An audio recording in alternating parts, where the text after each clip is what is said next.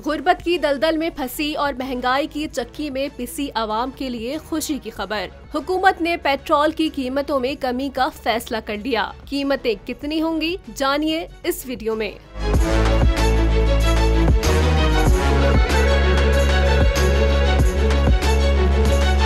1 नवंबर 2024 से अगले 15 दिन के लिए डीजल की कीमत में 5 रुपए तक, जबकि पेट्रोल की कीमत में 4 रुपए तक कमी का इम्कान है। वाज़े रहे कि आलमी मार्केट में पेट्रोल और डीजल की कीमत में कमी हुई है। माह रवा में यूरोपीय बैरन क्रूड ऑयल की आलमी कीमत $8 बढ़ी, मगर अक्टूबर के आखिरी हफ्ते में $10 फी बैरल कम हो गई। आलमी मार्केट में तेल की कीमतों की वजह से पाकिस्तान में भी पेट्रोलियम मसनूआत की कीमतों में कमी का इम्कान है। ओगरा की तजवीज़ पर इसका हतमी फैसला वज़ीर आज़म करेंगे।